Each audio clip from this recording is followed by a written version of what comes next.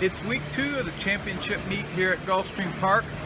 December 7th through the 10th. It was a really good week. Let's take a look back and see how the days went.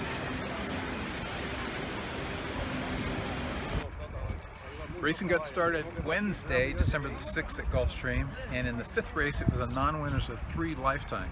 As I wrote in my analysis, there are a lot of horses that probably be much better bets, but boy, I really did not like the favorite, 8 Lemon Royal, who was 2 for 32. Yikes. And 5 of the last 7 races he'd been beaten as the favorite. So I was looking for an upset and I found number 3, Mr. Monk. Mr. Monk's trainer was an amazing 50% going turf to dirt with an ROI of $3.01 for every $2 bet. He was my pick as they turned for home. Luis Saez and Lemon Royal have the lead. Cyber Josh has not gone away. Mr. Monk into the clear and coming on. Cotton Colors wants to be into the clear and tries to muscle home now with an 1/8 of a mile to go. Mr. Monk strides to the lead. Cotton Colors shakes free down the center and he's big boy with pair tie. But Mr. Monk in his dirt debut will kick clear to win it. Mr. Monk and Luca Panici by a 1.5 lengths.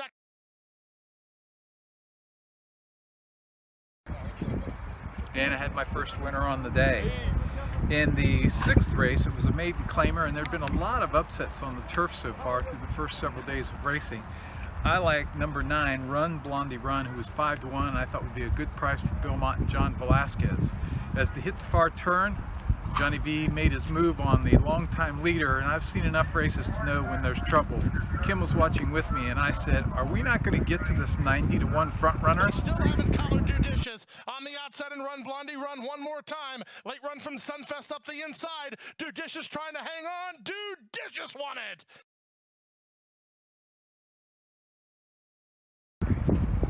No, $182 for a $2 bet. Wow. On Thursday, December the 7th, I had plays at both the fairgrounds and at Gulfstream.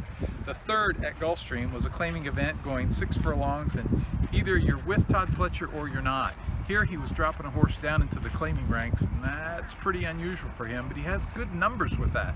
I thought it was a good move as they were going to make money on the deal, and Dial 1, number 7, was my top pick. Joe Spencer and a late run from HBG Denny, but inside that final furlong, the class of Dial 1 is kicking in, and he's kicking away.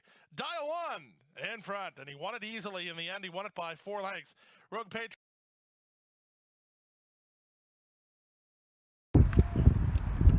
In the 9th, it was a 2nd level allowance, and it was my best bet of the day. Number 2, 8 Town. He'd run strong back-to-back efforts for Brian Lynch this summer at Saratoga, and had been training out west at Del Mar during the Breeders' Cup meet. He just looked much the best in here. I went prime time on number 2, 8 Town. To go. 8 Town pulls out a little bit more and leads 3 parts of a length. A Bounding Legacy, dead game and right with him 2nd. 3 back to Saucy Don 3rd. 8 Town on the inside. A Bounding Legacy one more time on the outside, but 8 Town has the lead, and 8 Town gamest of all to win it.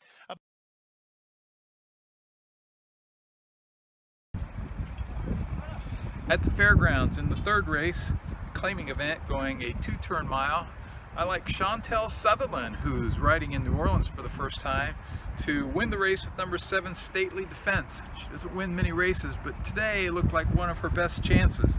She went right to the front. Seconds. Stately Defense spins them into the short stretch. It's Stately Defense who's out in front. On the outside is Ultra Arumba, looking for a late gain now by Corey Vannery, and at the inside is Miss Morinet, who's staying on as well. These 3 for the final 16th. Stately Defense, Miss Morinet, dead game. Stately Defense holds Miss Morinet and Ultra Arumba that way past the first line.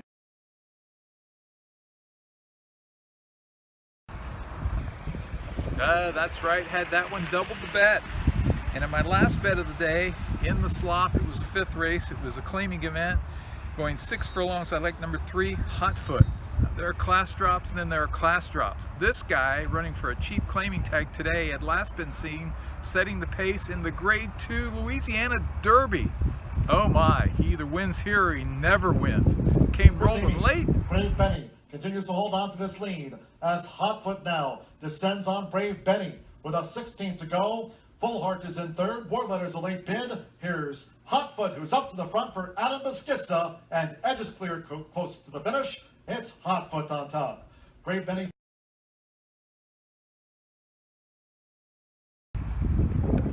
had my second winner at the fairgrounds.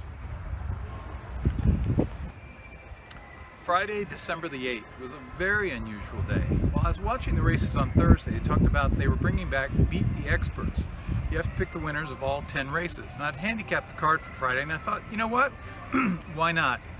In the opener, I didn't bet the race, but I like number 9, Alaskan The Prince. front now on the outside, and Alaskan Prince right alongside. And now Alaskan Prince powers to the lead. Alaskan Prince wins.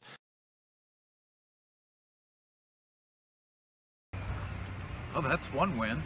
In the second race, it was a non-winners of 2, and I like Todd Pletcher's Alcor. A really bad bet because he'd be a short price and he's dropping down, but you're either with Pletcher or you're against. I doubled the bet They're on at the top of the Alcor. stretch after 3 quarters and 111 flat. Here's 3-Star Stone to take a shot at Alcor. Alcor has the lead. 3-Star Stone up into second. Gap of 2 to Sail the Seas third. Alcor has something in the tank here, and Alcor fights on, and Alcor will win it.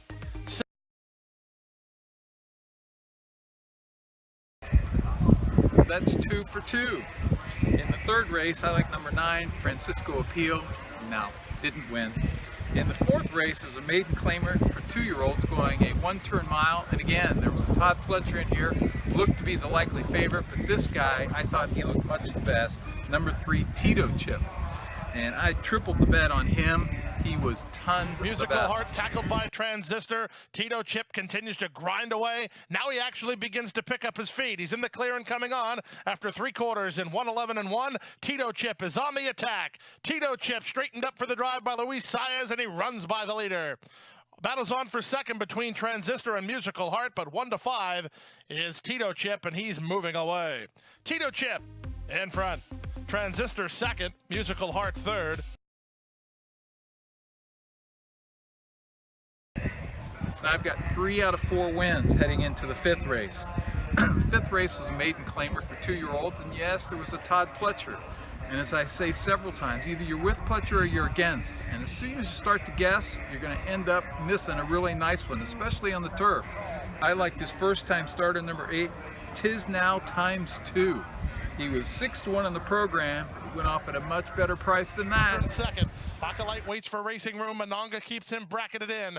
Running on a bit is New Atlas. The moment is now looks for Racing Room for Johnny V. On the far outside in Cool Mover, and they're at the top of the stretch. Tis Now ×2 has the lead. The moment is now trying to duck to the inside and finish up, and he's doing just that with 1/8 of a mile to go. The moment is now, seizes the moment and puts ahead in front. Right back at him, Tis Now ×2. Tis Now ×2. Back up and in front, a half a length.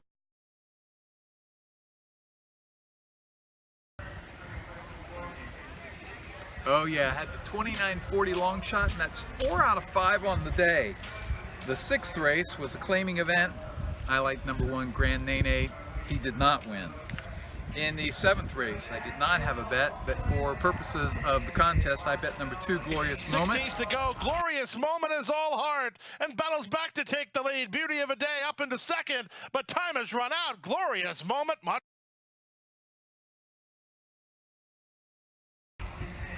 Oh, that's another win, 5 out of 7. In the 8th race, it was my last bet of the day. We were on the turf with 2-year-old maidens. No, there wasn't a Todd Pletcher, but Christophe Clement had number 5, Fast Boat, who the Daily Racing Forum's Mike Welsh made his bet of the day.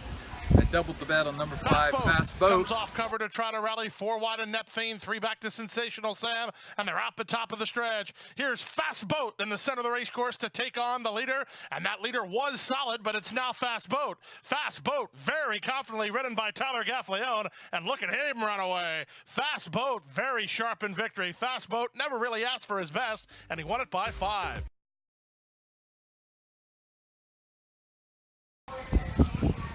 Oh yeah, another winner.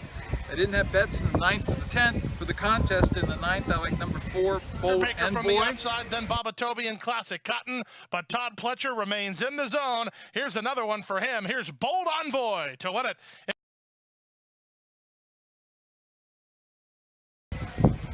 Another winner. And in the finale, I like number 7, Furiosa. Bassiano trying to hold off Furiosa with a furious finish on the outside. Furiosa going away. Oh, 8 out of 10 on the day. And the expert, Acacia, she only had 3. Eligible for the polo shirt.